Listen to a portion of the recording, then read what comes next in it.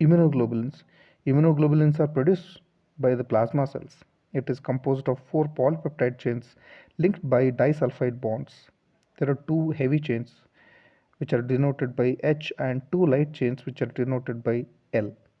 Each light chain lies parallel to the terminal portions of heavy chain. There are 2 areas, FAB for antigen binding and FC for complement binding. Terminal portions of both heavy and light chains are called variable segment. Specificity of each antibody is due to the specific amino acid pattern of variable antigen. This is the diagram showing antibody.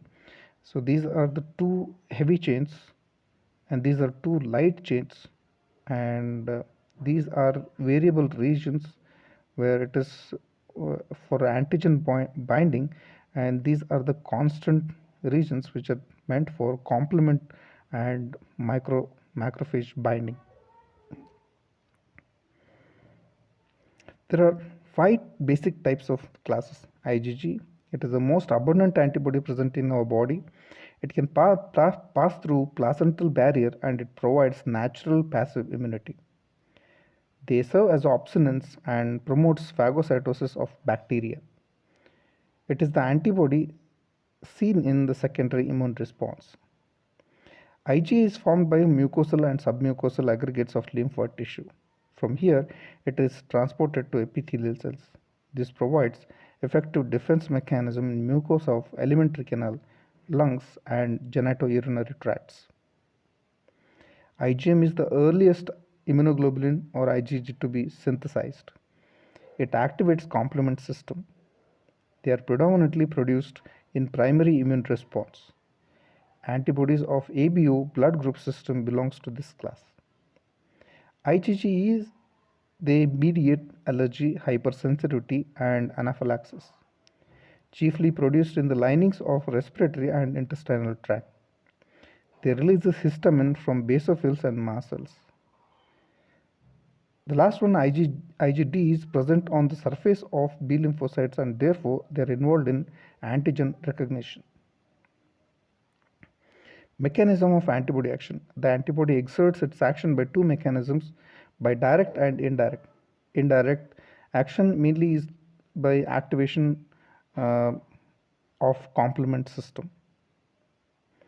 Direct action. The antibodies are the multiple antigen sites on invading organisms.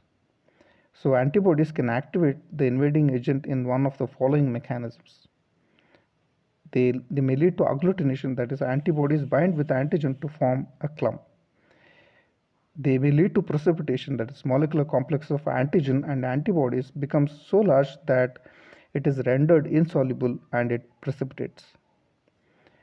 They have a neutralization property, that is, antibodies cover toxic sites of antigenic agents and make it non-toxic.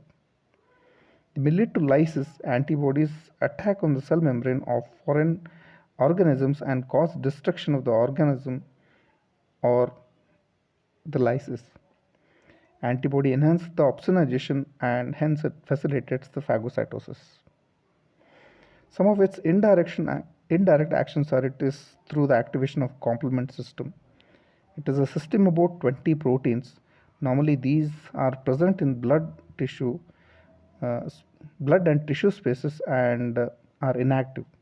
They are activated by antigen-antibody reaction. When antibody binds with the antigen, binding site on antibody for complement becomes activated and that will bind with complements. That will activate the complement system and the activated complement produces certain effects. And these effects are opsonization and phagocytosis, lysis, and agglutination. Opsonization and phagocytosis. Activated complement C3b strongly activate phagocytosis by neutrophils and macrophages. These neutrophils and macrophages phagocytosize foreign antigen or foreign bacteria. Second one, they lead to lysis. One of the most important product of complement cascade is the lytic complex, which is a combination of multiple complement factors C5, C6, C7, C8 and C9. It directly causes lysis of foreign organism. They may lead to agglutination. The complement product changes the surface of invading organism and causes them to adhere to one another or agglutination. They may also lead to neutralization, that is, the activated complements attack the structure of some viruses and make them non-virulent or non-toxic. It leads to inflammatory changes, that is, the increased local blood flow, capillary leakage of proteins into interstitial space, coagulation of these proteins. These inflammatory changes immobilize the organism and prevent movement of organism from the area of invasion to the other